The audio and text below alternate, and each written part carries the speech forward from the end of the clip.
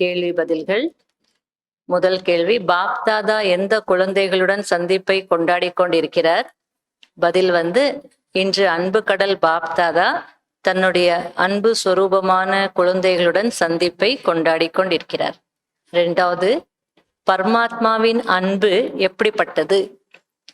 பரமாத்மாவின் அன்பு எவ்வளவு சுகம் கொடுக்கக்கூடியதாக இருக்கிறது. ஒருவேளை ஒரு நொடியாவது அன்பில் மூழ்கிவிட்டீர்கள் என்றால் அநேக துக்கங்களை மறந்து விடுவீர்கள். சுகம் என்ற ஊஞ்சலில் ஊஞ்சலாட ஆரம்பித்து விடுவீர்கள். இதுதான் பரமாத்மாவுடைய அன்பு. மூன்றாவது, சங்கம யுகத்தின் பாக்கியத்தின் அடையாளம் என்ன மற்றும் ஏன்? பதில், நாடகத்தின் அனுசாரம் சங்கம யுகத்தில் சாதாரணமாக இருப்பது இதுதான் பாக்கியத்தின் அடையாளமாகும். ஏனென்றால் சங்கம யுகத்தில்தான் பாக்கியத்தை உருவாக்கக்கூடியவர் பாக்கியத்தின் உயர்ந்த ரேகையை வரைந்து கொண்டிருக்கிறார். கூடவே பாக்கியத்தின் ரேகையை வரைவதற்கான பேனாவையும் குழந்தைகளுக்கு கொடுத்திருக்கிறார். நாலாவது கேள்வி, பாக்கியத்தின் போதையில் இருப்பவர்கள் எதை பெருமிதத்தோடு சொல்கிறார்கள்?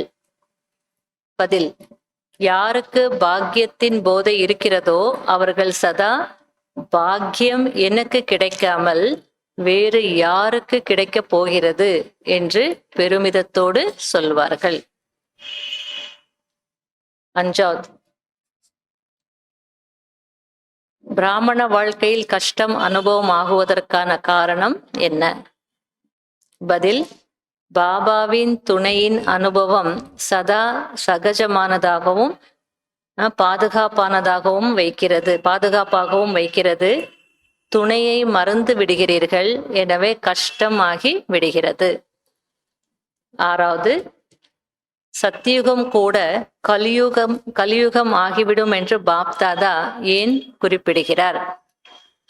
ஒருவேளை தன்னுடைய கர்மேந்திரியங்கள் மீது வெற்றி அடையாத ராஜாவாக ஆனால் சத்யுகமும் கூட கலியுகமாக ஆகிவிடும். எனவே மனம், புத்தி, சம்ஸ்காரம் தன்னுடைய கட்டுப்பாட்டில் இருக்கிறதா என்று செக் செய்து கொள்ளுங்கள். ஏழாவது, இந்த ஞான வாழ்க்கை பிடித்திருக்கிறது, ஆனாலும் பலவீனம் வருவதற்கான காரணம் என்ன? பதில்,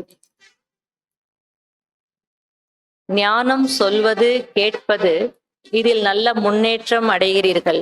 ஆனால் போக போக பலவீனம் வர காரணம் எதை சொல்கிறீர்களோ எதை கேட்கிறீர்களோ அந்த ஒவ்வொரு குணத்தின் சக்தியின் ஞான பாயிண்ட்ஸின் அனுபவம் குறைவாக இருக்கிறது. இதுதான் காரணமாக இருக்கிறது அப்படின்னு. எட்டாவது, அனுபவ சுரூபமாக இருந்தால் என்ன அனுபவம் ஆகும்? பதில், எப்போது சதா அனுபவ சுரூபமாக இருக்கிறீர்களோ அப்போது சதா முகத்தில் குஷியின் ஜொலிப்பு, அதிருஷ்டத்தின் ஜொலிப்பு அனுபவம் ஆகும். எனவே அனுபவத்தை அதிகரியுங்கள். ஒன்பதாவது, யார் சகஜ வெற்றி மூர்த்திகள்? பதில், வார்த்தைகள் மற்றும் மனம் இரண்டின் மூலமாகவும் ஒன்று போல் சேவை செய்யக்கூடியவர்கள்தான் சகஜ வெற்றி மூர்த்தி ஆவார்கள். பத்தாவது, இறுதி நேர சேவை எது?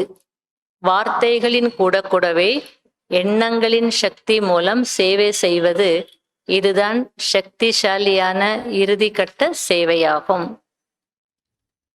கேள்விகள், fill up the blanks. ஒவ்வொரு குணம் மற்றும் சக்திகளின் டேஷில் மூழ்கி விடுவது என்றால் டேஷ் ஆகுவதாகும். அனுபவங்களில் மூழ்கி விடுவது என்றால் பாக்கியசாலி ஆகுவதாகும். இரண்டாவது, பாபாவிற்கு டேஷ் தான் தேவை, டேஷ் இருப்பவர்கள் தேவையில்லை. பாவனை தான் தேவை, தேகப்பற்றில் இருப்பவர்கள் தேவையில்லை. மூன்றாவது, டேஷ் தான் டேஷை நிச்சயித்து விடுகிறது. நிச்சயம் இல்லையா? நிச்சயம் அல்லது உறுதித்தன்மைதான் பாக்கியத்தை நிச்சயித்து விடுகிறது. நாலாவது, எப்போது சர்வசக்திவான் கூடவே இருக்கிறாரோ, இது எல்லாரும் சொல்லுவீங்கன்னு நினைக்கிறேன், அப்போது மாயா அவருக்கு முன்னால் டேஷ் ஆகி விடுகிறது. பேப்பர் டைகர், காகித புலி. 5வது, ஒவ்வொரு ஆத்மாவும் டேஷ் ஆகி டேஷ் ஆக வேண்டும் என்பதுதான் பாபாவின் அன்பாக இருக்கிறது. உயர்ந்த ஆத்மாவாக, ராஜ்ய அதிகாரியாக ஆக வேண்டும். 6வது, லட்சியம் என்னவென்றால் டேஷ் டேஷ் ஆகுவதாகும். மாயாஜித் ஜெகஜித், மாயாவை வென்றவர், உலகத்தை வென்றவர். 7வது, அனைத்தையும் விட மிக பெரிய அத்தாரிட்டி டேஷ் ஆகும், அனுபவத்தின் அத்தாரிட்டி. 8வது, சதா டேஷ் என்ற ஆசனத்தில் வீற்றிருங்கள், அப்போது டேஷாக இருப்பீர்கள். ஒரே சீரான மனநிலை என்ற ஆசனத்தில் வீற்றிருங்கள், அப்போது ஆடாதவராக, அசையாதவராக இருப்பீர்கள். ஓம் சாந்தி.